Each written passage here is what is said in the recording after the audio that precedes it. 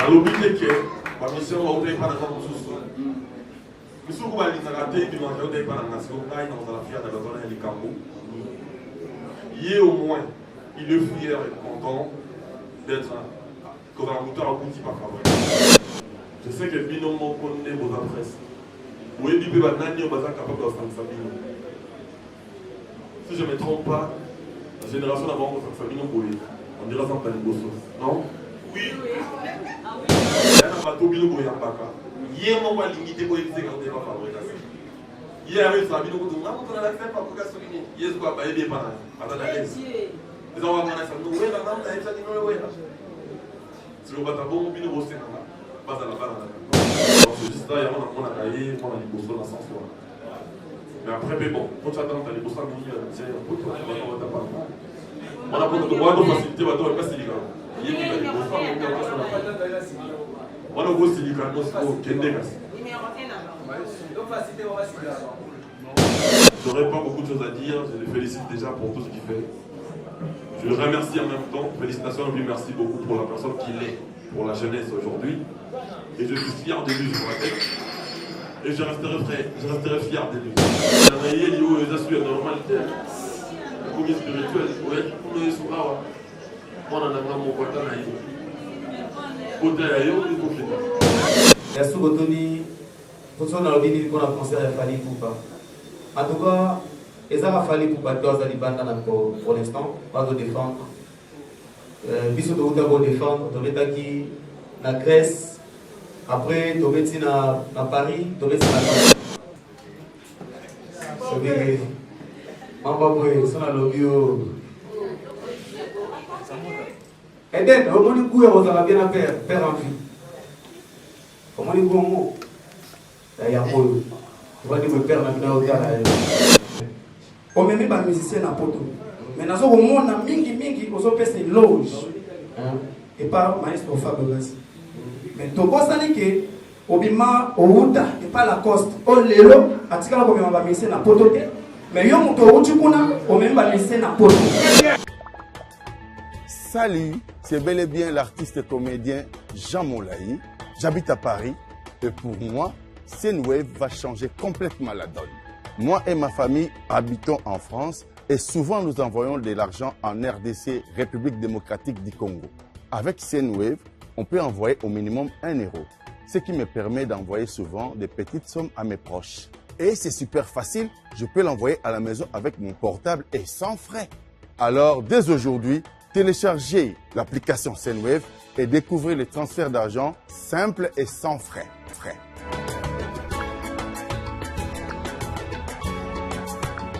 Grâce au code promo Congo Mokili, vous pouvez bénéficier de 10 € lors de votre premier envoi.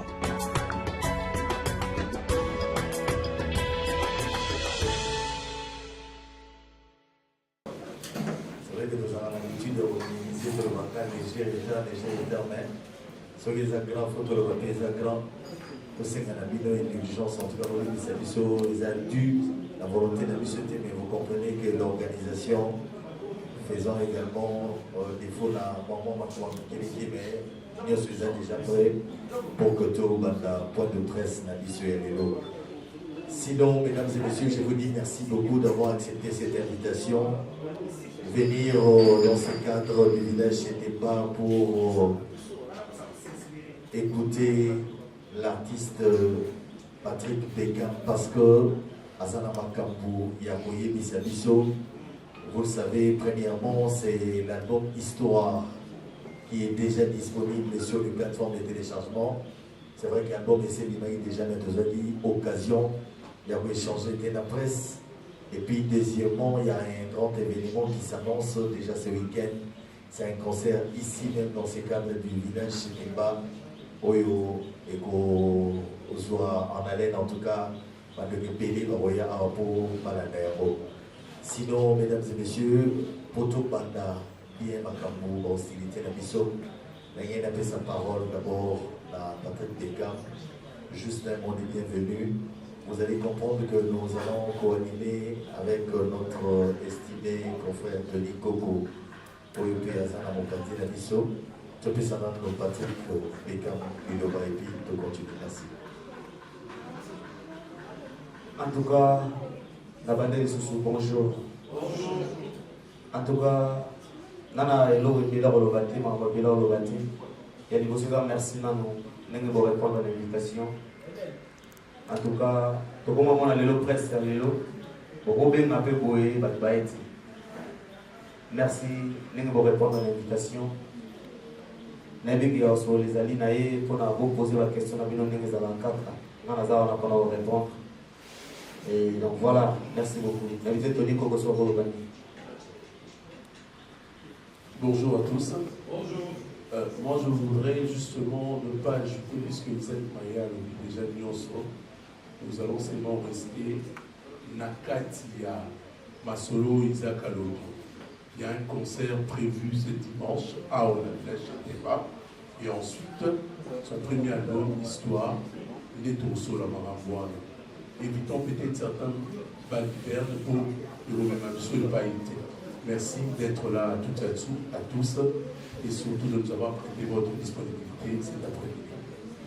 Bonjour Patrick Beckham, bonjour Yankouni et puis Isaac Maï, bonjour tout le monde. Bonjour. En tout cas, merci beaucoup Patrick Beckham, l'album Mon Histoire. Je me présente d'abord. Nana Sangara, la perfecte télévision Perfect Musique. Merci. Et puis YouTube Vijay Officiel TV. Question à Nezalaki d'abord, on a retourné à l'autre monde, Patrick Beckham, on continue à est-ce que tu pensez qu'un jour, on va appeler Patrick Beckham, à tout le monde, à tout le monde,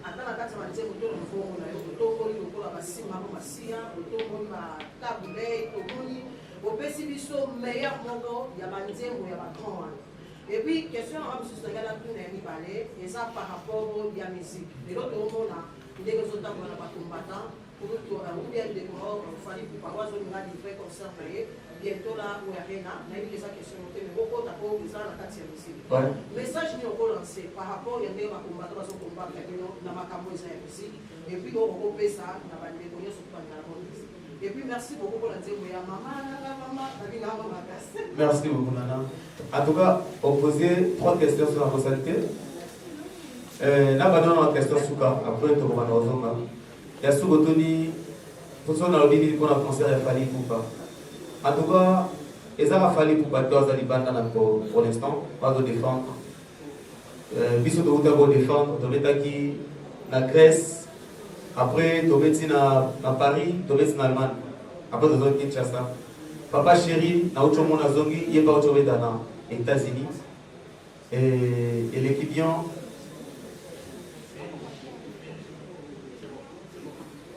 Faire école la Jésus de Nyons, les padres, il n'est pas à côté pour les États-Unis, azo tourner toujours à la fierté, la musique, mais bien encore.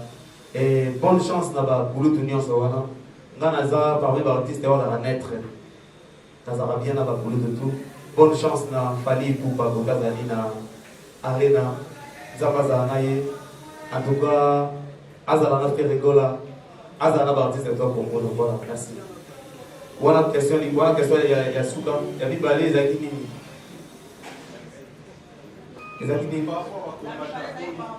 Toujours, si c'est la question, on a retourné quand même tout Yamba Maïs au Fabregas et il fait son entrée. Juste un clin d'œil à Yves Otala de l'année. Merci beaucoup, on peut continuer. En tout cas, avant de continuer, vous faire avant Nanat, je dois avoir Bantou. Et père, il faut qu'on a, s'il vous plaît. S'il vous plaît. Non. S'il vous plaît.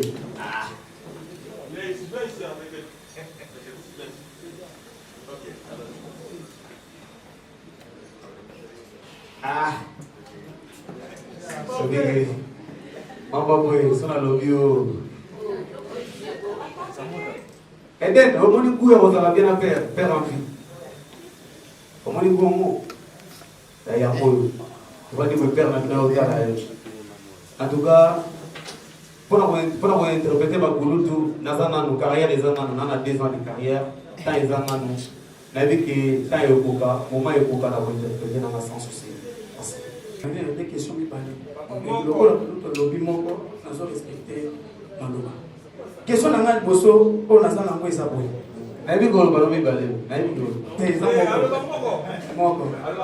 Question n'a mort Patrick Beckham, c'est vrai. Bimisa comme dans les histoire. On met des musiciens à poto. Mais dans le monde, mingi, on peut se loge. Et pas maestro Fabregas. Mais tu vois ça que Obima, Ouda, et pas la coste. On l'élo, à ce qu'on va musiciens à poto. Mais yo muto uchukuna, on met des musiciens à poto. Et là, Joanna, aux autres, c'est la mot. Fabregas, ou bien aux autres, c'est la mot. Didier Lacoste, pour son nom, il va laisser la photo. Voilà la première question. Pardon, discours.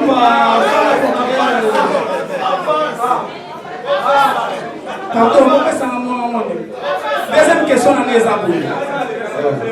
une histoire. Vous avez une histoire à Bolingo, ou bien vous avez une histoire, puisque, à part pas Lacoste, on ne peut pas faire rigoler. On ne peut pas faire rigoler. L'histoire wana, aux hommes les solos, ils ne pas faire, ils ne pas la coste, et pas Fabregas, aux hommes à 12, et puis tout le monde affiche au Tchèque qui tout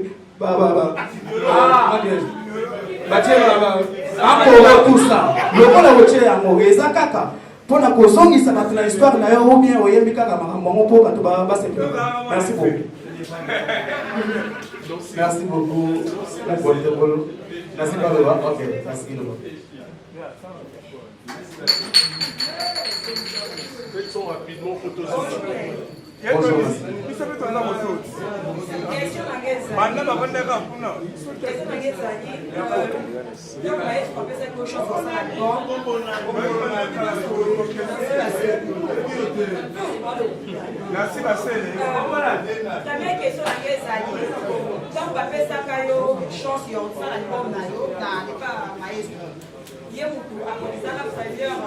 single no salaka ba single to ça qui produit par la belle mais dans album to moni yem ta produit yo te pourquoi dernière question pourquoi vous avez featuring te na carte album merci to bana na moko moko to ninga sur véloge pourquoi dans c'est la Fabregas en tout cas lelo ceux qui te total to voler ba faster na les gars vient d'absolu Didier Lacoste na les gars na jet set pas président Ferregola en tout cas nazarati lelo nazaka parmi artistes oyo ba makaka ba kulututé par exemple on makaka c'est le scrum naza parmi l'artiste abomoti naza parmi l'artiste oyo ba respect na ba ennemi nyonso mais na kati ya carrière mutu nyonso azala na mentor na ye mutu nyonso azala na mutu oyo azala na ye. Et ça clair, c'est Maestro Fabregas. Nous avons créé ça. Même pas dans la boulot. Il y a Patrick Beckham. Nous avons pas bien, nous avons mélodie bien, la ligne la carrière solo. C'était pas facile d'accepter. Mais dans l'orchestre, c'est autre temps, c'est pas bien de Didier Lacoste. Nous avons opportunité à monter. Et pas président Ferregola, nous avons opportunité à monter. Donc, les locaux, ceux qui ont eu l'opportunité au Maestro Bessama, n'habitez pas dans sa dette de l'ennemi. Donc, on a reconnaissance à mon tout, mais ceux qui n'ont pas dit boy, Nathalie Carrière n'a fier d'être moi un maestro. Voilà. La cause ne représente rien à la carrière musicale.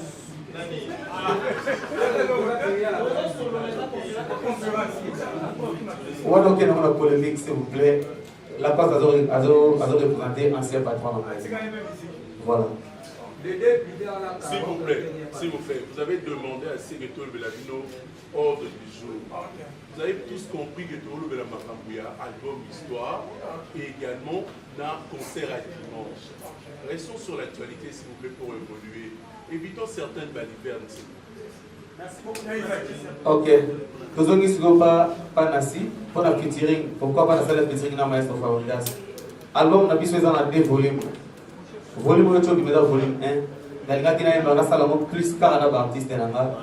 Volume 2, pour le a featuring aux Anakati. On a profité de le père Azawa, on a fait featuring sur Baroli. Par rapport à la belle, on a fait de bataille carrière dans le Selena EP. Air de salle la belle la biso. Dès la semaine qui papa, on a travaillé, on a fait un propre effort. N'a pas qui s'associe à accompagner le volant compagnie. pour famille et pour son enfant. Voilà, merci. Merci, Pessel, de sœur. C'est bon? Ok, Patrick Beckham, moi c'est Mathieu Banchier, Elenga Congo Télévision et puis la RTVS 1. Merci. Bonjour Patrick Beckham. Bonjour Mathieu. D'abord, ce que je peux te dire, d'abord félicitations pour l'album d'histoire. Merci. Et puis, Patrick Beckham, Kalatea, Otoroku Miselabiso, garçon Moro Badenga Kazam, artiste et musicien, Michel. Michel Azaki, Kotokuna Azaki, Petit Binafile. Du coup, Ayaki Panayo a commis Petit Beckham.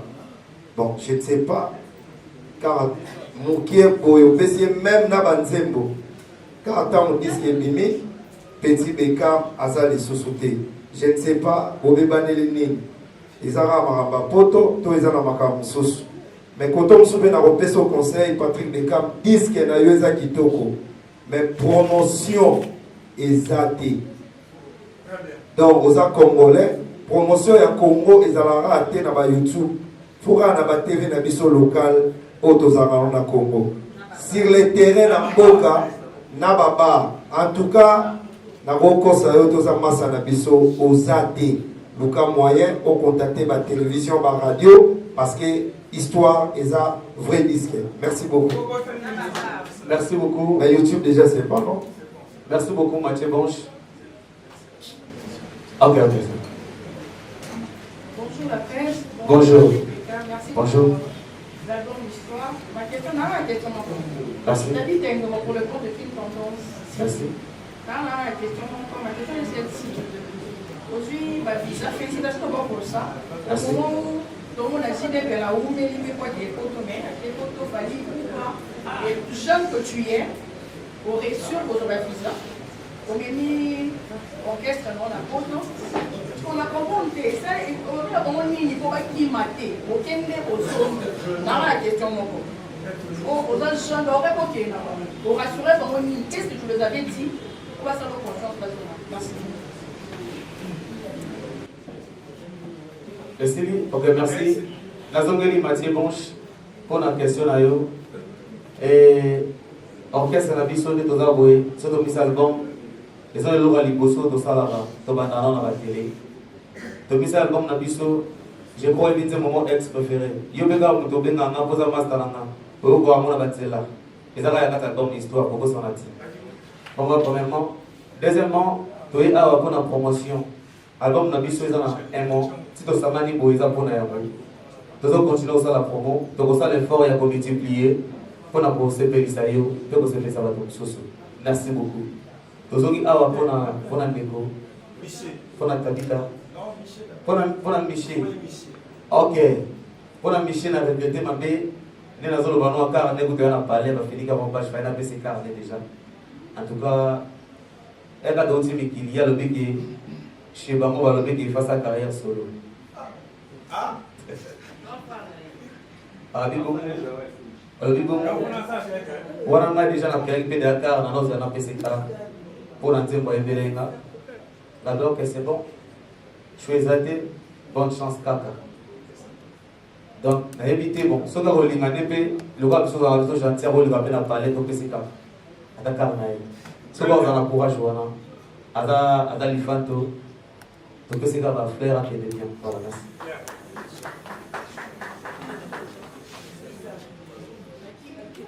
Voilà. En tout cas, pour la question, on a même mis la photo, mais en tout cas, ils ont ma organisation. Puis, on a merci de Bazawa, de Baoxina Solité. Parce que biso mo même na parler na biso do kenda moi master mususu batula. Na moni be maman chef na biso chef éternel. Francesco Totti, na moni Gina PMF, na moni Chomi na Mbweri. En tout cas, on va parmi bambi là où tozaki ensemble toke tozongi. Na Kenya na Mbonda Kokoti. Na lise ba uka boy. Bomoni ngai, mais pour faire grâce à ça que Beckham aux artistes. Il faut simba carrière bien. Carrière ezaka botika na potote. Carrière ezaka boza na qualité. Il faut que ndabozo maka. En plus, ngai nada parmi les idoles. On a bandé golula depuis wenge. Maison mère. Nanga la tsamba ndeko. Yango moni bango pe balati yango. Natali sa bango ba chômer. Monde ba chômer ba kenda bazonga. So bozo kende pe bozonga. Bozo mikanda même awo. Yango ba ndeko ba kenda di bazongi. Faites bon kende. Donc voilà. Merci beaucoup. Je crois que Tigala a 3 séries de questions dans les salles ici. Personne. Je suis camarade dans la dimanche. Et puis, merci, ma soeur, moi, dans la tête, le début de tout le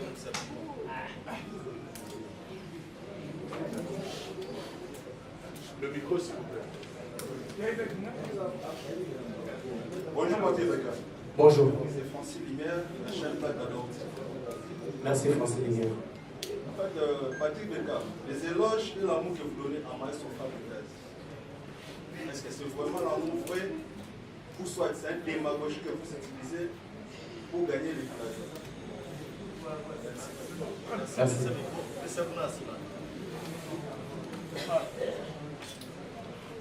Bonjour à tous, bonjour Patrick Beka. Bonjour. Bonjour Denis, j'espère que vous allez bien. Je m'appelle Congrès Pambou, Miss Lolo, enfin, Congo du 50. Patrick Beka, je ne sais pas, en ce moment, les milieux est tellement coincé, le marché est tellement coincé pour sortir un album. Comment tu as pu oser? Puisque ce n'est pas facile d'assumer de sortir un album en ce moment. Comment tu as osé? Moi, ça m'étonne. Je te vois tout le temps sous trace. Tu sais que je t'aime beaucoup, tu sais très bien. Merci. Et là, je suis très fière de toi. Comment tu as pu oser? Merci. En tout cas, je vais répondre rapidement. Naza, Miss Lolo, je suis un artiste parmi les artistes congolais. Et comment on a été parce que Naza artiste. N'a dit que Eloga Malamu et Banarasoki Biloga Malamu Pesari.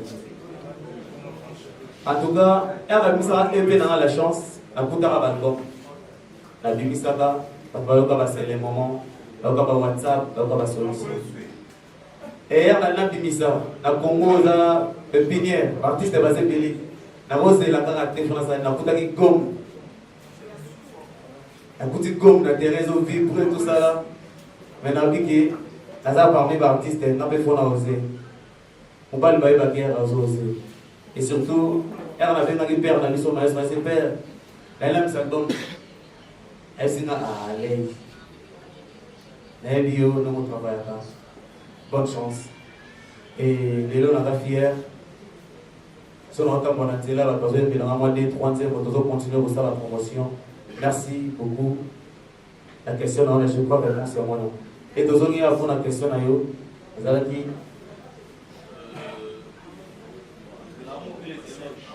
Amour, on a des loges, on fait ça, Maestro Fabregas, il y a vrai, tout à fait. Naïbi qui n'a comme moi pas si reconnaissance dans la musique, ils là. Naïbi qui n'a comme moi, elle n'a pas eu carrière solo, elle n'a pas fait sa carrière, Nazaraki, Koboya, elle n'a accepté moi, n'a pas la caca dans un vrai, parce qu'ils ont parmi Babylone, on a monté. Donc, pendant la reconnaissance, c'est normal. Ils ont monté de la maille. Les gens ont dit là, en fait. Ils ont un vrai point, ils ont un vrai, ils ont un naturel. La reconnaissance, à part Maestro, Bakoulou, tout, Oyo, Bazana m'a bien, Toba Oyo, Bakadrana, à la reconnaissance, à Bakouti, merci. Bonjour. Bonjour. Voilà, Moïse de la presse. Balade Mon Télévision, sur TV, YouTube, Corrector News Télévision. Patrick Beka, dans la question, il y a Tony à souffler que le moment sans les savoir. Tony va pour un concert à lobby. Quels sont les. Il y a dimanche. Quelles sont les précautions au Patrick Beka Mazui? Parce que tout le monde dit, au village, GTB de Litro. Est-ce que on sala mieux que au sala qui liboso to oluka et ko karato za la ndenge moko? Deuxième question za boy. Na profiter le là Maestro Fabo ça va. So na retourne la question, na éviter son réponse et ou pas na yo, tu vas Maestro Fabo. Question na ngeza boy. Donc, on a qui après que tu as poto, maestro va venir la répétition là, avec yo premier fils. Et pourquoi avec yo premier fils? Parce que dans le village, ils ont un bateau dans le village, parce que tout le monde a combo dans le village. Yo ont un moto qui na souka na bango nyoso. Ils ont l'idée na sima na bango tout. Mais avec yo premier fils. Je ne sais pas pourquoi avec yo premier fils. Parce que yo lui na sima na bango nyoso. Pourquoi avec yo premier fils? Merci beaucoup, Moïse. En tout cas, question, on a le rôle de profiter tout la paix. Et puis, le père va répondre calmement. Comme vous pouvez dire, pourquoi pour la concert, pour la concert, pour la question à niveau de concert, il y a un différent dans le concert, tout n'a pas à la chez quelqu'un. Parce que, nous voyons l'histoire.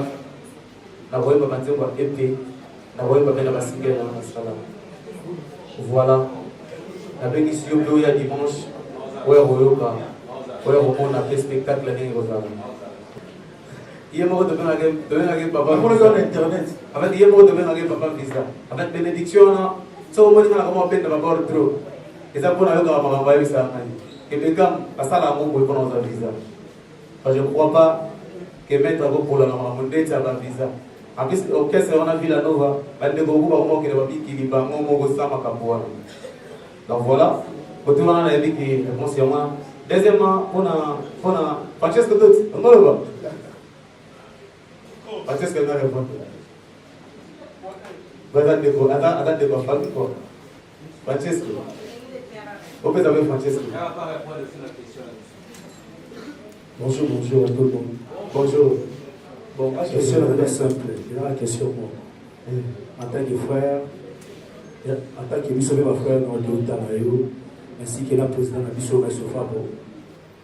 Les cas, et ça, la dernière minute, musicien, les tuyaux, l'autre, vous avez un succès, en plus, vous avez un musicien, en poteau, vous avez Kinshasa, et ça, la dernière minute, le respect au moment où vous avez un petit de pas pour vous avez le succès, vous avez le par ça, surtout mon ami, moi je suis succès là, à commander pour vous. Mais il ça la dernière ligne. Si de l'eau, vous avez toujours la fierté envers Maestro Fabio. Voilà. Merci. Merci beaucoup, Francesco. Benzema, question à l'honneur à Francesco qui est à peu près au Ghana. Nous répondons un peu d'abord. Merci, chef. Et ça, c'est créé pour ça bien dans le côté outil. Là, il y a parmi les artistes qui ont un palais. Dans le baron, tous les jours, ils ont des gros ensemble. En fait, dans ça, il y a bien pour servir Congo, pour servir Afrique, pour servir le monde. Dans une bonne manière, dans la carrière, pour l'obina zoaté comme un grand. Dans la carrière, pour lobby, dans l'exemple à suivre. En tout cas, ils ont la poli, dès que ça a été. Dans la bombe, succès aux ala. Dans la éducation d'abord. Bah, on a beaucoup qui savent, ils ont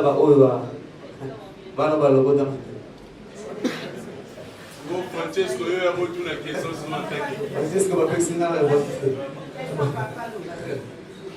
on a côté de mélodie qu'on a parlé de la vision. C'est-à-dire qu'on a Benjamin Awa, la salle a rentré nini, bâtir mon anga, patoyo kwa mo vent aux autres bêtes dans l'album à battre. Vent ils ont dans l'album à battre, on a dans la télé. Et ça, grâce à les amants d'Ambe, le calcul a monté. Maintenant, il y a dit que conduite n'a pas été de ça parmi qui n'a pas la bongo, parce qu'on a été pour la bongo. Et ça, vous allez bien.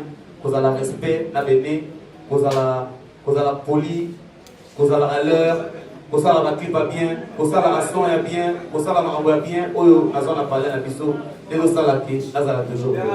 Voilà.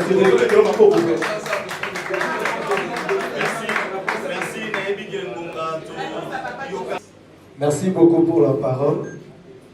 Bonjour les. Bonjour. Félicitations pour l'album Histoire. Merci. Et puis pour le respect, Je salue également Maestro Fabre ici que ma villageois nous surtout. Merci. L'aide du maître. Concert et ça j'ai dit. Moi c'est Nondi, hein. Pardon, Nondi premier. Congo Buzz Télévision. Et puis Congo Mokili sur YouTube, émission Buzz Dolé. Dimanche, il y a un concert, il y a Chetemba. Bon, après, est-ce que vous êtes satisfait par rapport à marketing, publicité et ça pour le concert? Pour Nangaï, c'est comme si marketing et ça ma capacité. Bande comme Soussou, alors, dans les gens qui peuvent producteur, il y a concert nayo, Ezanani, dans mon village Chetemba, tout ça. Est-ce qu'il y a des producteurs? Ceux qui y a des producteurs, est-ce qu'il y a des mutassani publicité concert ma capacité? Dans les gens par rapport à Yango, la suite qui n'a pas karawana. Dans idem Sueza, est-ce que playlist, pardon. Petit qui l'a étranger. Merci beaucoup. Nandi premier, bonne question à eux. Bonne question à eux. Nandi premier. Chez Temba, on devait dessiner un concert. On a bonne appréciation à eux réponse. Chez Temba, on devait dessiner un. Maman, on va saluer promotion à maman. Vous avez parmi d'inviter à Bisso, il y a dimanche. Je crois que vous avez décidé. Donc voilà, merci. Ok, bonjour Patrick Beckham. Bonjour. C'est Elvis Yoff, le pape de la presse congolaise, chef-auteur. Awen Aïcha Okoko. Merci. Fanagang Sabatouko. Hey, je vais poser la question mon registre. Reconnaissance aux animaux vis-à-vis à Père Naom Maestro Fabre. Et ça, quand au Suisse, il faut tema, to au Suisse, Adada Moutema, to au Suisse, Bina Philip Moutema. Merci beaucoup. Olivier, en fait, reconnaissance Nana, c'est là s'il vous plaît. On a bandé une carrière Nana, Tozalaki, bandé bona bazalaki tekapa. Baza bandeko oto uti na bango place moko. Donc uti na bango ndako moko. Ezata lenga na bandaki nazo yemba bango banda koyemba te non. O bango banda koyemba te nga na bandaki koyemba non. Tozalaki ensemble. Toyemba ba album moko ensemble. Père apesi bango chance apesi na des chances. Père ba carrière au sala. So kotali la plupart nga na bandaki ko soutenir bango. Déjà. Banda ba carrière na bango. Donc, on a dit que la rosa va monter pour que ça va mon passe. N'a pas d'adversaire va monter, ça va déco. Je crois, au Nabolo en général, les Arabes, sur le côté n'a pas mon, il ça va mon pouvoir. Ça va déco dans la vie. Ballon pour l'avocat, ça va l'avocat, ça va. Pas dans l'avocat poli, pas dans l'avocat respect dans l'avocat outil. Merci bien. Voilà. Merci.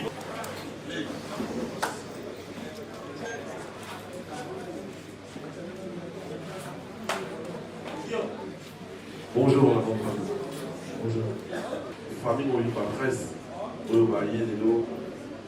Si nous avons eu une belle. On s'est fait un peu on n'a pas d'amis, on n'a pas de on est tellement heureux, je suis tellement ému. Comment on a Patrick Beckham, les lots, il n'arrête pas de me surprendre. Il y a mon les lots ici. Presse oui. Les hommes en un grand artiste à Congo Wassala. Je me rappelle.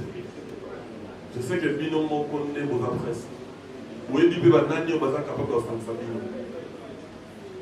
Si je ne me trompe pas, la génération d'avant de faire Bino, on dira ça en Taniboso. Non? Oui. Ah oui, hein? Oui. Ouais, bien, moi. Je crois que. C'est-à-dire.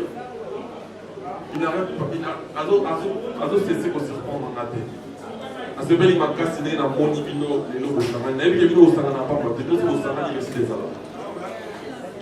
liboso et puis secondo na CPC bosangani awa po ngai nde nasangisaka bino awa mpona projet na ye ya liboso aza kobeta awa lelo ntango babenga benanga tosangana awa ntango babenga bayasanga bosangana awa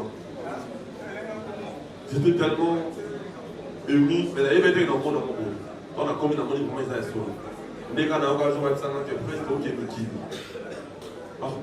c'est beau qui doit Miki, il m'a vraiment avancé Dimitro. Elle va laisser d'autres blaguer, mais il y a beaucoup de solo. Donc c'est une manière de dire que je suis très heureux, très content de vous voir aujourd'hui. Venir soutenir Patrick Beckham, qui est l'un des villageois conscients, on va dire. Moi, ça m'honore, il n'arrête pas de m'honorer. Je vous remercie énormément pour ça. Et je continuerai à être fier de lui. S'il faut trouver des micro-baladeurs pour en parler, je n'aurai pas honte. Maestro Fabregas, parce qu'il fait l'honneur. Vous avez appelé Patrick Beckham premier fils, au moment qu'il y a encore beaucoup, il y a beaucoup d'enfants et un groupe naïo. Pourquoi lui le premier fils? Après, je crois que jour où il y a la répétition naïe, il y a eu le moko. Pas master naïe, non, on va mettre dans l'orchestre dans le quartier. On fâché le fait qu'il y a un peu de mais à mon capacité, vieux arabes, soit avancé, et comme arabe. Quand on a bien un bébé pour le dernier fils, et ça là est l'autre. Ah, c'est le seul artiste, le Nabalé Ose, le seul artiste. On va s'arrêter bien au bout. T'entendez? Attends, le seul artiste qui a mis dans Pananga, et puis il a produit dans le label Nanga. À ça, on a dit aussi.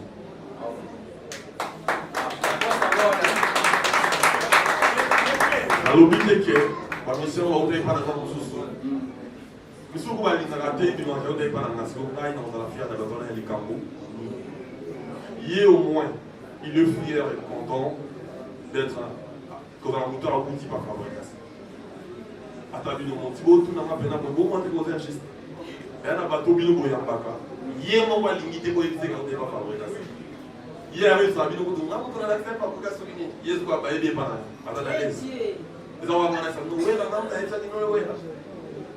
Si on va t'avoir, on va bosser pas à la balle. Sauf que, bateau Bastara qui nous sommes ensemble, on a fait d'abord toujours la bonne chose. Toujours on va évoluer, parce que ça va évoluer, c'est toujours mon nom qui sera cité. Mais seulement, il y a des éléments qui vont monter, il y a des produits, dans le label, quand on a lancé le label, Michel, il faut la police, mais là, Tatiana. Mais Tatiana, encore une fois, ça va être une mission Villanova. Il va aller porter en tête. Ça va jamais mission Villanova. Donc, il faut partager cette expérience dans la salle à Naïe, la Villanova. Oui, à sa collègue la Villanova, et puis à qui en solo. Donc, c'est juste là, il y a un cahier, on a les bosons dans 100 fois. Mais après, mais bon, quand tu attends, tu as les bosons à midi, tu sais, on a besoin de faciliter, on va pas se ligar. On a beau se ligar, on a beau kendegas.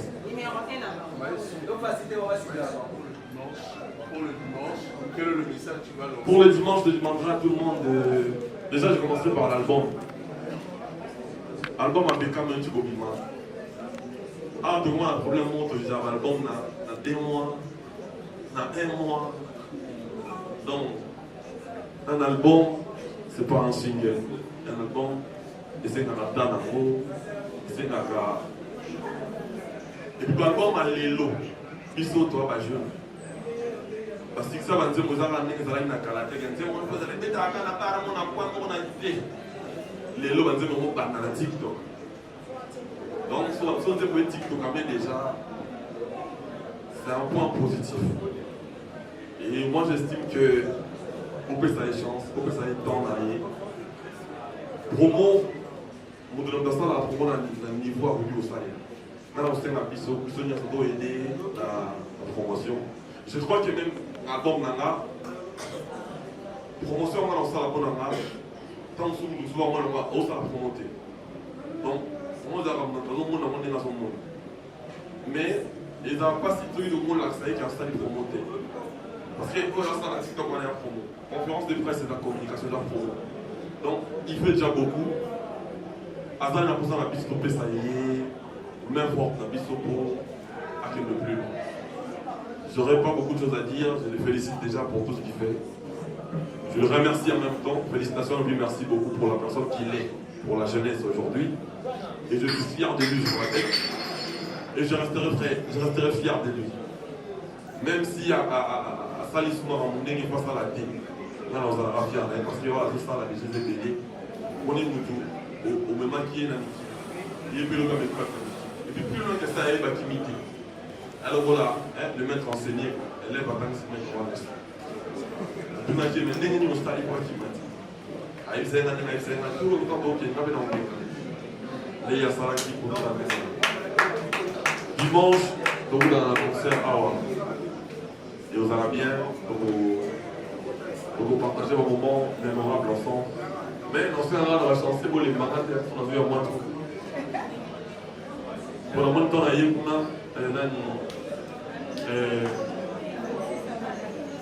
Alt. On a eu des assurances de normalité. Comme spirituel, on a eu sur Awa. On a un mot pour t'en aller.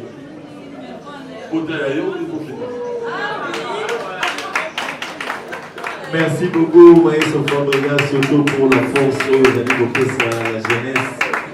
Je crois que c'est... L'ambassadeur des jeunes congolais pour la paix, Ado Youé, a procédé samedi à l'inauguration de l'ambassade dédiée aux jeunes congolais. L'inauguration de ces bâtiments se veut, d'après cet ambassadeur, être la concrétisation de la volonté du chef de l'État dans l'encadrement et l'épanouissement de la jeunesse congolaise d'ici et d'ailleurs. C'est ici qu'est situé le siège de l'ambassade de la jeunesse congolaise pour la paix et le développement de la RDC. Plusieurs délégations des officiels congolais, des mouvements associatifs publics et privés, d'encadrement des jeunes, des autorités nationales et provinciales, ainsi que quelques chefs de missions diplomatiques ont assisté à cette cérémonie d'inauguration qui est une première dans l'histoire de l'RDC et celle de la jeunesse RD congolaise d'avoir une cité de la paix 6-4 avenue Mafuata au quartier Basoko dans la commune d'Ngalima à Kinshasa. À en croire Ado Youé, ambassadeur de la jeunesse congolaise, l'objectif est d'apporter une solution rapide liée à la création d'un espace d'échange entièrement consacré à la cause de tous les jeunes congolais d'ici et d'ailleurs. L'ambassade de la jeunesse congolaise vous concerne tous, n'hésitez pas. Vous devez comprendre que ce qui nous réunit nous rend plus forts. Et nous allons avancer toujours avec la paix et surtout l'unité nationale. Voilà pourquoi j'invite toute la jeunesse congolaise à se joindre à nous pour collaborer ensemble. Moi, je joue juste ce rôle de médiateur et le rôle d'avocat. Je serai là pour vous et je me donnerai corps et âme juste pour vos préoccupations et vos problèmes. On sera là. L'avenir de la République démocratique du Congo promet meilleur et cet avenir est beau. Et nous allons construire tous ensemble l'histoire de ce beau pays, la République démocratique du Congo. D'après les invités, l'inauguration de ces bâtiments se veut être la concrétisation de la volonté du chef de l'État, Félix Tshisekedi, dans l'encadrement et l'épanouissement de la jeunesse congolaise. Et je déclare donc en ce jour inauguré ces bâtiments qui est dédié à la jeunesse et j'invite toute la jeunesse congolaise à fréquenter cet endroit parce que nous mettrons à la disposition de ces lieux toutes les informations et toutes les opportunités pour la jeunesse, mais également que nous tous nous puissions travailler à côté de nos autorités militaires et sécuritaires sur la question de la paix pour notre pays. Projet, ne restez pas ces jeunes-là qui sont en train de murmurer, de pleurnicher à tout moment. Essayez un peu de penser à quelque chose à faire et puis voir l'ambassadeur. C'est l'ambassadeur qui vous fera la voix pour voir le ministre qui peut peut-être concrétiser votre projet. Mais c'est un plaisir, c'est une fierté aujourd'hui d'avoir ces très beaux cadres qui désormais pourra recevoir des doléances, recevoir quelques problèmes que nous avons nous jeunes. Donc je dirais coup de chapeau. Depuis sa nomination au rang d'ambassadeur de la jeunesse pour la paix en RDC, ce digne fils du pays se démène grâce à l'action coordonnée du ministère de la jeunesse à faire les lobbying et plaidoyer pour l'épanouissement de la jeunesse et son implication dans les processus de prise de décision dans les institutions étatiques.